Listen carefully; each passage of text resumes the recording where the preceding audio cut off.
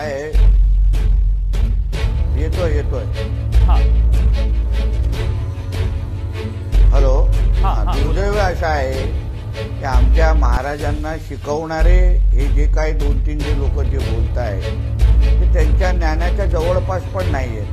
आणि हे जे काय आता यांच्या माझ्या अगोदर जे बोलले त्यांना मी 100 तरी उदाहरणं, 100 काय 1000 तरी उदाहरणं देऊ शकतो जिथे आपल्या राष्ट्राला 2047 पर्यंत इस्लाम राष्ट्र बनवण्याची ही जे काही ह्यांची योजना आहे त्याच्यामध्ये हे लोक व्यवस्थित पद्धतीने काम करतात. त्याचे 1000 तरी उदाहरणं देऊ शकतात. ते पोलीस खात्यांकडे पण आहे आणि त्या पद्धतीची कारवाई पण सुरू आहे. म्हणून उगाच आमच्या महाराजांना खोटं ठरवण्याचा जो हा काय प्रकार सुरू आहे ना, तुम्ही ह्याच्यापेक्षा तुम्ही मुळामध्ये सांगा ना, आमच्या देशाचं संविधान तुम्हाला मान्य आहे की तुम्ही देशामध्ये शरिया कायदा लागू करायला पाहताय?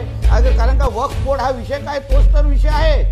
म्हणून तुम्हाला सांगतो हे जे काही खोटं पसरवण्याचं आणि स्वतःला एवढं चांगलं दाखवण्याचा जो विषय आहे ना, आमच्या महाराजांकडे पुरेसा ज्ञान आहे, पुरेशी माहिती आहे आणि त्या अनुसार ते 4 गोष्टी समाजामध्ये सांगतात. कारण का आज अगर प्रबोधन केलं नाही तर 2047च्या